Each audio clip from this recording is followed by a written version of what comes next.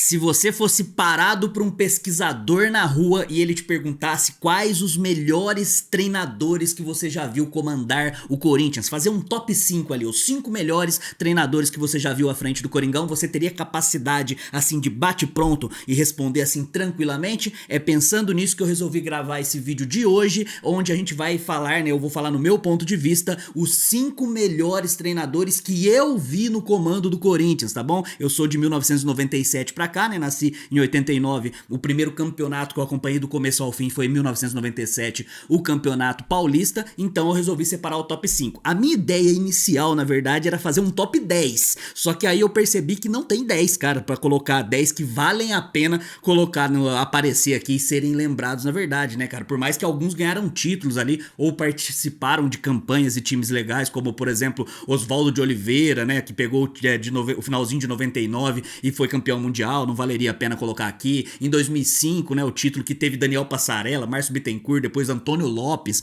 aí, então esses caras nem valem a pena colocar aqui, independente de estarem em times vencedores. Então aqui partindo da ideia dos que eu vi, tá? Eu sei que tiveram grandes treinadores do começo dos anos 90, anos 80, anos 70 pra trás lá, eu sei que tiveram, então, mas eu não vi, tá bom? Então vou só colocar aqui um ranking com um top 5 e já peço pra você colocar o seu top 5 aqui, né? Comenta a sua idade primeiro e fala assim, ó, eu vi esses 5 aqui pra mim é o meu ranking lá do quinto até o primeiro. Já gravei 2 vídeos aqui no canal de rankings, né? Eu sei que vocês gostam disso, né? Fiz os top 10 melhores jogadores que eu vi jogar, os tops 10 piores jogadores que eu vi jogar e os comentários são bem legais. Inclusive um adendo, né? Nos top 10 melhores jogadores que eu vi jogar, eu deixei claro no vídeo que era do meio campo pra frente. O que teve de comentário? Esqueceu do Cássio. Meu Deus, esqueceu do Cássio e o Fagner, né? Do meio campo pra frente, os caras não entenderam. Por isso que a galera não passa no Enem, né? Essa que é a grande verdade. Então não esquece de deixar o like aqui embaixo, se inscrever no canal, ativar o sininho, tudo isso aí fortalece demais o nosso trampo, tá bom? Não esquece não, tá? Eu tô aqui falando, nesse momento já era só pra você clicar, o seu dedinho não cai, como eu digo sempre aqui, tá bom? Clica no joinha aí, já vai fortalecer, se inscreva no canal e ative o sininho. Bora começar pela quinta posição, tá? Eu vou de baixo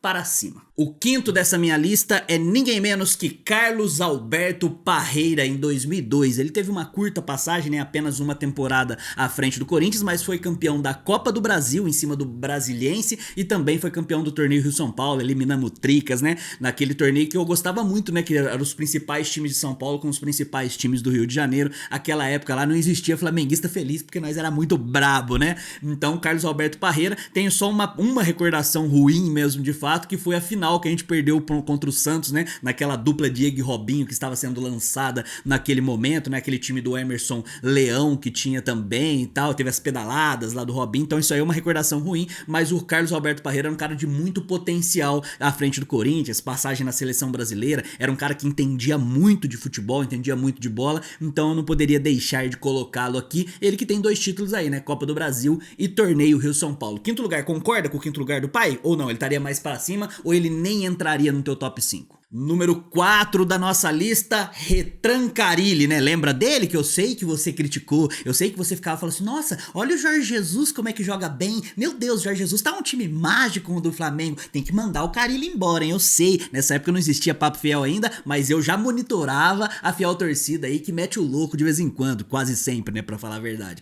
Então o Fábio Carille é o quarto dessa lista de melhores treinadores que eu vi à frente do Coringão, ele que veio das categorias de base do Corinthians, na verdade, né, ele veio como auxiliar, aí ele assumiu o time depois o Tite saiu, né, em 2016 ali, entrou Oswaldo de Oliveira e tal, aí quando Oswaldo de Oliveira caiu, veio o Carille ali de maneira interina e depois ele acabou se firmando, estreou em 2017, lembra da quarta força, né, os jornalistas todos colocaram, não, o Corinthians é a quarta força e até de fato, né, naquele momento, em teoria era mesmo, mas foi um time que o Carille conseguiu azeitar e encaixar de uma forma ali que realmente conseguimos ser campeões paulistas em 2017, campeões brasileiros, e a gente foi campeão brasileiro com Cleison na frente, enfim, o cara ele fez milagre, essa que é a verdade ali, aí depois ele foi embora, lembra do caminhão de dinheiro vindo da Arábia, aí ele voltou em 2019 e ainda foi campeão paulista mais uma vez, inclusive nosso último título, né, Fábio Carille era um cara que entendia muito de sistema defensivo, até hoje ele é um cara que estuda muito o sistema defensivo, é um treinador reativo mesmo de fato, não é um treinador retranqueiro como vocês dizem aí,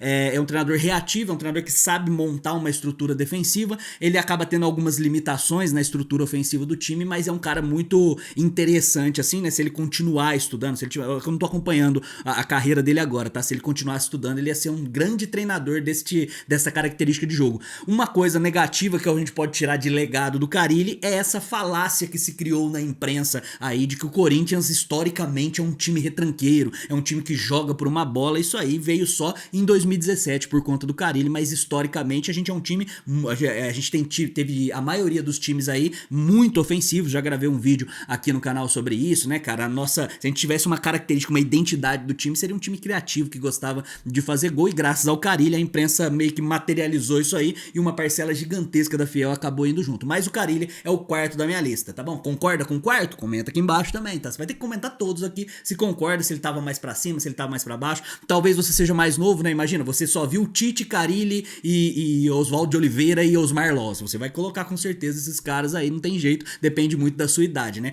Eu vou fazer 34 anos aqui, então vocês dá pra tirar uma base aí do meu top 5. Terceiro lugar dos melhores treinadores que eu vi à frente no comando do Coringão, Vanderlei Luxemburgo. Lembra dele? 1998 ele veio, se eu não me engano, ele treinava o Santos em 97, aí ele veio contratado. Ele era um cara, porque assim, de todos os caras que a gente pode que eu tô colocando nesse ranking aqui, pra mim ele era o mais interessante como treinador, o que mais pensava futebol. Isso eu tô falando final da década de 90, começo dos anos 2000, não estou falando de agora, tá? Agora ele ainda tá com aquela cabeça de 2000 ainda, beleza?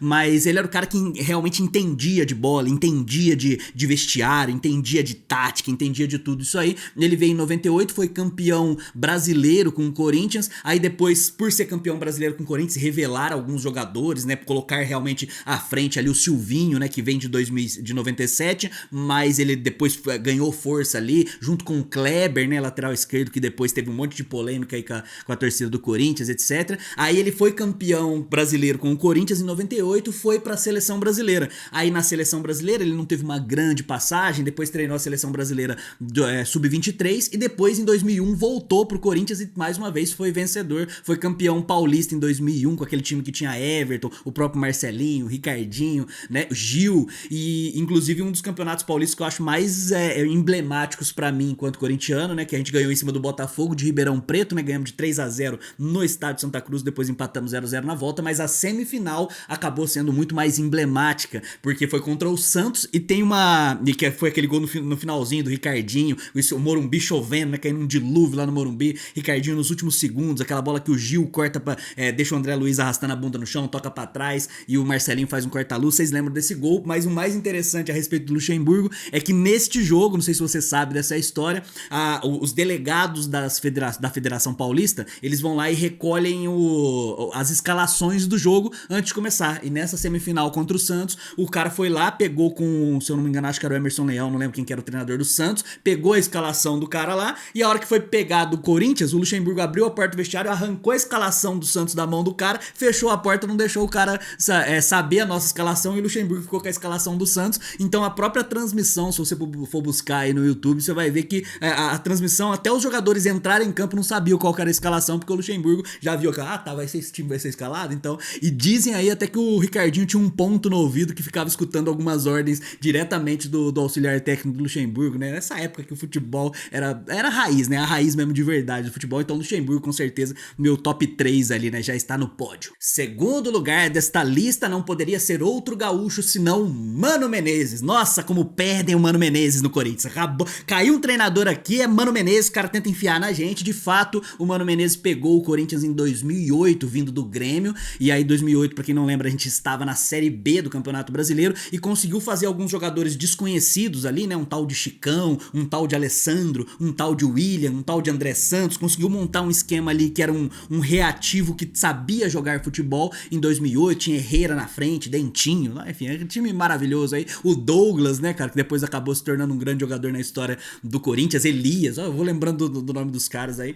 E aí o Mano Menezes conseguiu montar uma equipe muito forte, foi campeão com louvores na Série B, subiu pra Série A em 2009, ele ainda estava à frente do Coringão, né? Na 2009 a gente teve a chegada do Ronaldo Fenômeno, o Mano Menezes foi campeão paulista, teve também eliminação em cima do São Paulo, né? De sempre, né? O São Paulo, nosso eterno freguês aí. Fomos campeões da Copa do Brasil em cima do Internacional na final, onde surgiu o famoso time do DVD, que foi nessa história aí que eles reuniram todos os erros de arbitragem da história, aí tentaram mandar pra CBF lá, e aí foi um corintiano que pegou o DVD na mão e falou, ah, você quer fazer? Aí vazou aí pra todo mundo, e o Mano Menezes comandou o Corinthians até 2010, né? Em 2010 ele não teve um bom ano, acabou caindo para a entrada de outro treinador que a gente vai falar já já, tá bom? Porque o Mano Menezes, pra mim... Ah, depois o Mano Menezes teve mais uma passagem, tá bom? Ele é o cara que depois entrou em 2014, um time totalmente desmontado, desmantelado, como sempre a nossa diretoria faz, né? Mas não vou entrar nesse mérito agora não.